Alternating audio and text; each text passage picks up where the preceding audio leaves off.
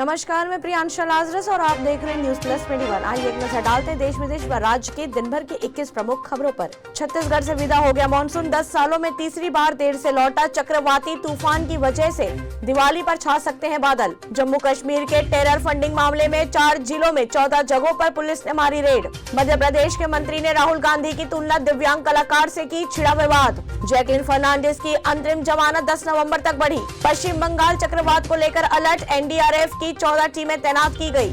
आम्रपाली मामला, supreme court ने promoter Shivpriya को अंतरिम जमानत दी।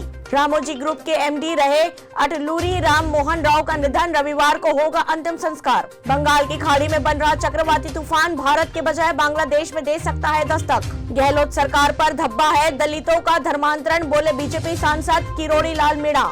नोएडा में डेंगू से 38 साल के युवक की मौत।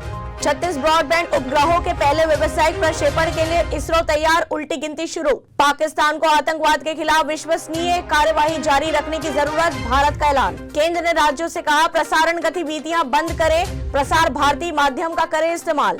पंजाब के राज्यपाल का दावा, तमिलनाडु के कुलपति का पद 40 से 50 करोड़ रुपए में बिकता है।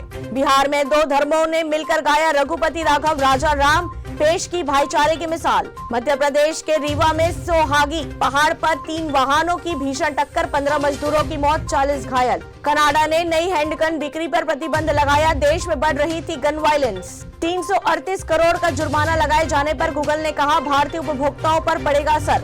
आज भारत दुनिया की 5वीं बड़ी अर्थव्यवस्था।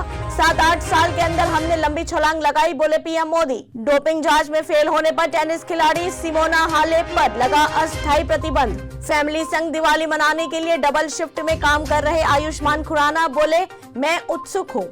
ऐसी तमाम जानकारियों से लगातार अपडेट रहने के लिए देखते रहिए न्यूज प्लस 21, आपके हक की बात।